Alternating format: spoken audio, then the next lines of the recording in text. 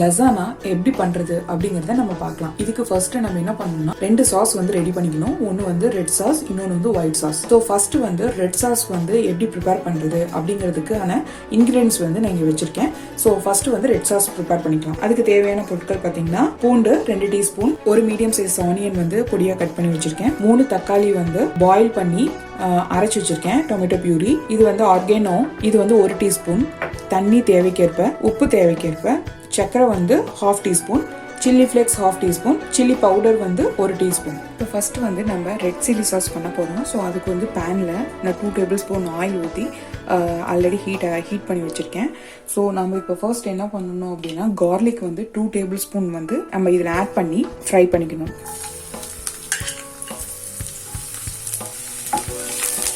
இது நல்லா ஒரு 30 செகண்ட்ஸ் வந்து நல்லா ஃப்ரை ஆகட்டும். இப்போ நம்ம ஆனியன் எடுத்து கட் பண்ணி வச்சுருக்கோங்க, அதை வந்து இப்போ நம்ம ஆட் பண்ணிக்கணும்.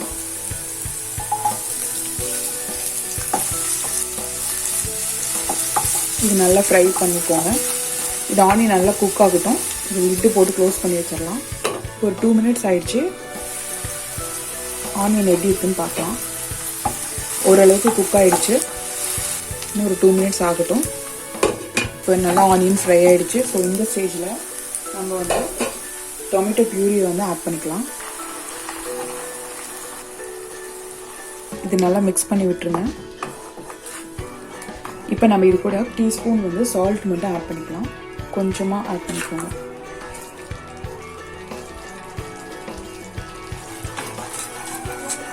ரெட் சாஸ் பண்ணுறதுனால நம்ம இந்த டொமேட்டோ தான் நம்மளுக்கு வந்து கலர் கொடுக்கும். ஸோ நல்லா வந்து மிக்ஸ் பண்ணிக்கோங்க. இப்போ நம்ம 1 teaspoon red chilli powder add பண்ணிக்கலாம். நல்லா மிக்ஸ் பண்ணி விட்டுருங்க. அது நல்லா ஃப்ரை ஆயிடுச்சு. ஸோ இப்போ வந்து நம்ம ஆர்கானோ வந்து 1 டீஸ்பூன் வந்து நம்ம ஆட் பண்ணிக்கலாம். நீங்கள் வந்து ஒவ்வொரு இன்க்ரீடியன்ஸாக ஆட் பண்ணி தான் நம்ம வந்து குக் பண்ணணும். ஸோ ஒரே டைமில் எல்லாத்தையும் போட்டுறாதீங்க. இது ஒரு 30 செகண்ட்ஸ் வந்து நல்லா குக் ஆகட்டும். தென் அதுக்கப்புறம் வந்து நம்ம சில்லி ஃப்ளேக்ஸ் வந்து ஆட் பண்ணணும். இப்போ நல்லா மிக்ஸ் ஆகிடுச்சு. ஸோ இப்போ வந்து நம்ம சில்லி ஃப்ளேக்ஸ் வந்து 1/2 டீஸ்பூன் எடுத்து வச்சுருக்கோம் இல்லையா, அதை ஆட் பண்ணிக்கலாம். உங்களுக்கு இன்னும் கொஞ்சம் ஸ்பைஸியாக வேணும்னா 1 டீஸ்பூன் கூட சில்லி ஃப்ளேக்ஸ் வந்து ஆட் பண்ணிக்கோங்க. இது மிக்ஸ் ஆகிடுச்சு. இப்போ நல்லா வேகட்டும். ஸோ கொஞ்சம் வந்து தண்ணி ஆட் பண்ணிக்கலாம். இது டொமேட்டோ பியூரி நம்ம எடுத்து வச்சிருந்தோம் இல்லையா, அதே கிளாஸில் நான் தண்ணி ஊற்றி கொஞ்சம் மிக்ஸ் பண்ணி வச்சுருக்கேன். ஸோ அது கொஞ்சம் ஆட் பண்ணிக்கலாம்.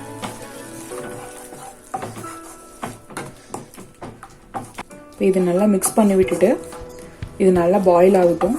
இப்போ க்ளோஸ் பண்ணிடலாம். நம்ம இது குக் ஆகட்டும். ஒரு 5 மினிட்ஸ் கழிச்சு நம்ம பார்க்கலாம். இப்போ ஒரு 5 மினிட்ஸ் ஆயிடுச்சு. எப்படி இருக்குன்னு பார்க்கலாம். இப்போ இது நல்லா குக் ஆயிடுச்சு. இப்போ நம்ம ஒரு 1/2 டீஸ்பூன் சுகர் வந்து இதில் ஆட் பண்ணிக்கணும்.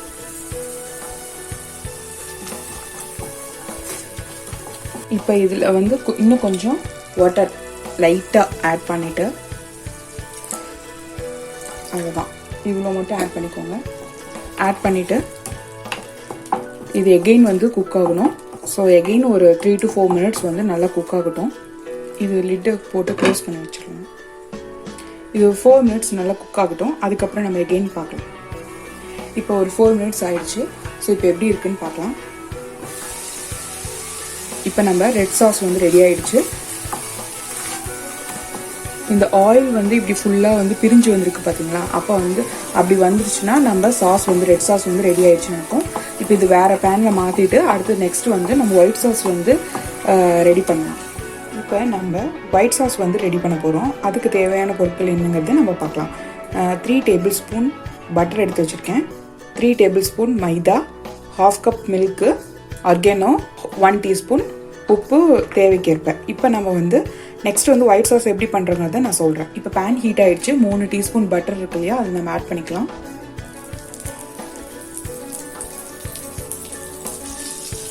இது நல்லா மெல்ட் ஆகட்டும். இப்போ நல்லா பட்டர் வந்து ஃபுல்லாக மெல்ட் ஆகிடுச்சு. இப்போ வந்து நம்ம மைதா 3 டீஸ்பூன் எடுத்து வச்சுருக்கோம். ஸோ அதை வந்து ஆட் பண்ணிக்கலாம். இது வந்து நல்லா ஃபுல்லாக வந்து மிக்ஸ் பண்ணிக்கிட்டே இருங்க, இல்லைன்னா வந்து கட்டி ஆகிடும். ஸோ கட்டி இல்லாமல் வந்து நம்ம ஃபுல்லாக வந்து அந்த ரா ஸ்மெல் போகிற வரைக்கும் நல்லா குக் பண்ணணும். ஸோ நல்லா வந்து இப்படி இந்த மாதிரி ஃப்ரை பண்ணிக்கிட்டே இருங்க. இது நல்லா இப்படி மிக்ஸ் பண்ணிகிட்டே இருங்க. இப்போ அந்த ரா ஸ்மெல் வந்து போயிடுச்சு. இப்போ நம்ம வந்து பால் வந்து 1/2 கப் வந்து ஆட் பண்ணிக்கலாம்.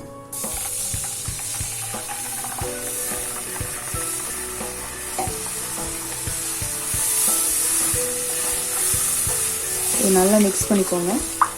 இப்போ நான் ஆட் பண்ண பால் வந்து ஆல்ரெடி நான் பால் நல்லா காய்ச்சி எடுத்து வச்சிருந்த பால் தான். ஸோ அதனால் நீங்கள் பாயில் பண்ண பாலே ஆட் பண்ணிக்கோங்க. இப்போ இது வந்து கட்டி விழுகாமல் நல்லா மிக்ஸ் பண்ணிக்கிட்டே இருக்கணும். கை எடுத்துட்டிங்கன்னா கட்டி விழுந்துடும். இப்போ நம்ம ஒயிட் சாஸ் வந்து மேக்ஸிமம் ரெடி ஆயிடுச்சு. இப்போ இந்த ஸ்டேஜில் வந்து பார்த்திங்கன்னா நம்ம 1/2 டீஸ்பூன் ஆர்கானோ ஆட் பண்ணிக்கலாம். 1/2 டீஸ்பூன் சால்ட் ஆட் பண்ணிக்கலாம். இப்போ இது நல்லா வந்து மிக்ஸ் பண்ணி விட்டுட்டே இருங்க.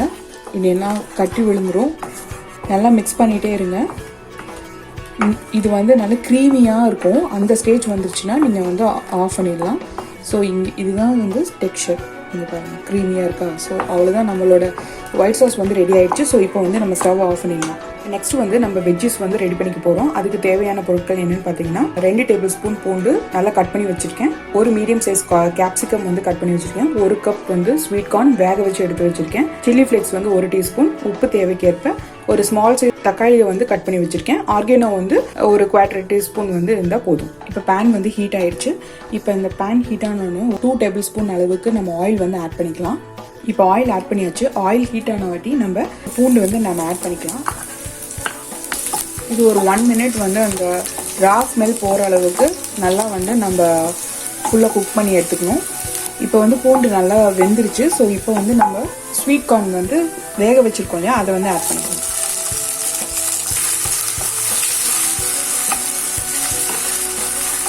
இப்போ கேப்சிகம் ஆட் பண்ணிக்கலாம். தக்காளி. இப்போ இதை நல்லா மிக்ஸ் பண்ணிக்கலாம். நீங்கள் வேணும்னா இன்னும் கொஞ்சம் வெஜிடபிள்ஸ் கூட நீங்கள் ஆட் பண்ணிக்கலாம். லைக் மஷ்ரூம் கூட நீங்கள் ஆட் பண்ணிக்கலாம். இப்போ இதில் வந்து ஆர்கானோ வந்து ஒரு 3/4 ஸ்பூன் ஆட் பண்ணிக்கலாம். அப்புறம் சில்லி ஃப்ளேக்ஸு,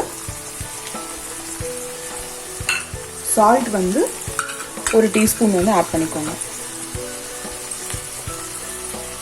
அப்போ தான் வந்து வெஜ்ஜி சீக்கிரமாக வேகும்.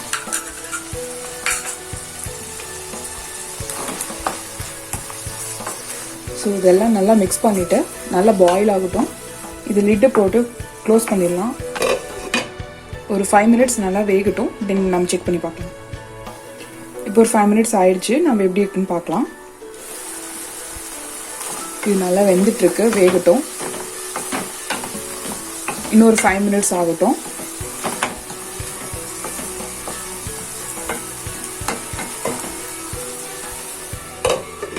இப்போ 5 மினிட்ஸ் ஆயிடுச்சு. இப்போ வந்து வெஜ்ஜீஸ் வந்து நல்லா குக் ஆகிடுச்சு. ஸோ இந்த ஸ்டேஜில் நம்ம வந்து ஸ்டவ் ஆஃப் பண்ணிடலாம். இப்போ நம்ம வெஜ்ஜீஸ் வந்து ரெடி பண்ணிட்டோம். இப்போ நெக்ஸ்ட் என்ன பண்ணோம்னா, இதுதான் main ingredients.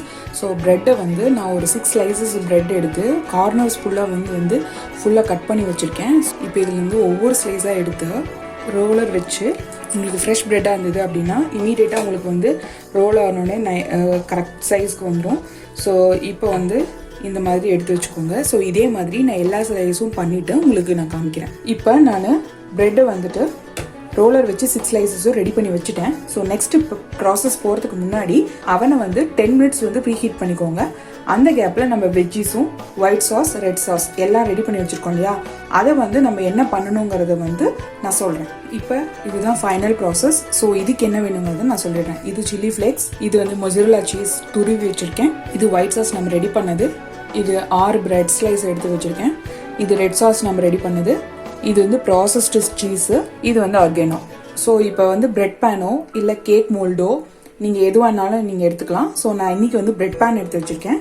So before that நம்ம என்ன பண்ணணும் அப்படின்னா, பேஸ்மெண்ட்டில் வந்து ஃபஸ்ட்டு வந்து நம்ம ஜஸ்ட்டு ஒரு ஆயில் மட்டும் அப்ளை பண்ணிக்கலாம். இப்போ நான் பேஸ் வந்து லைட்டாக ஆயில் ஊற்றிருக்கேன். இது ஃபுல்லாக அப்ளை ஆகிற மாதிரி ஃபுல்லாக கேக் மோல்டு ஃபுல்லாக நீங்கள் வந்து பண்ணிக்கோங்க.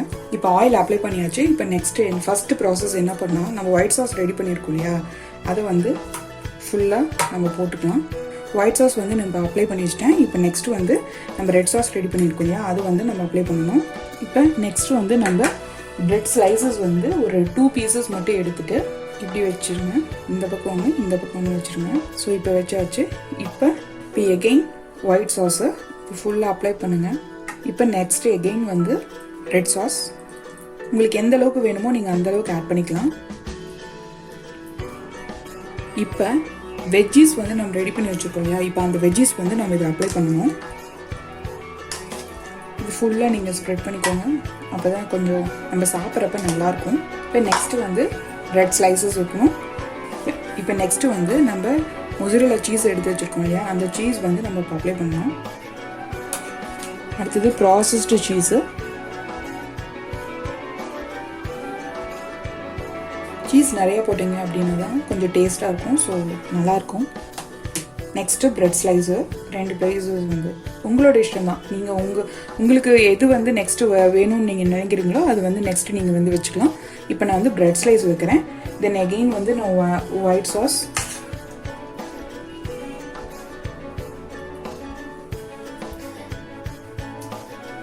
இப்போ நெக்ஸ்ட்டு ரெட் சாஸ் நல்லா ஃபுல்லாக அப்ளை பண்ணிக்கோங்க. இப்போ நெக்ஸ்ட்டு வெஜ்ஜீஸு,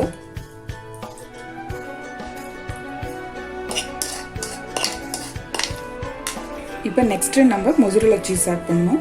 இப்போ நெக்ஸ்ட்டு ப்ராசஸ்டு சீஸு. இப்போ எல்லாம் ரெடி பண்ணியாச்சு. இப்போ இது மேலே லைட்டாக வந்து சில்லி ஃப்ளேக்ஸ் வந்து லைட்டாக ஆட் பண்ணிக்கோங்க. கொஞ்சம் ஆர்கானோ, இது மேலே கொஞ்சம் மீதி இருக்க அந்த ரெட் சில்லி சாஸ், இது மீதி இருக்கிற ஒயிட் சாஸும் அங்கங்கே அப்ளை பண்ணியிருந்தேன். இப்போ நான் எல்லாமே ஸ்டஃப் வந்து ஃபில் பண்ணிட்டேன். பட் இருந்தாலும் எங்களுக்கு 2 ஸ்லைசஸ் ப்ரெட்டு வந்து மீதி இருக்குது. பட் ஆனால் என்னோடய பேன் வந்து ஃபுல் ஆகிடுச்சு, ஸோ அதை நான் வந்து யூஸ் பண்ண போகிறதில்ல. இப்போ இதை வந்து அவனில் வந்து கன்வெக்ஷன் மோடில் ஒரு 10 to 15 மினிட்ஸ் வந்து பேக் பண்ணி நம்ம எடுத்துட வேண்டியதான். என்னோட அவன் பார்த்தீங்கன்னா IFB 25SC3 மாடல்.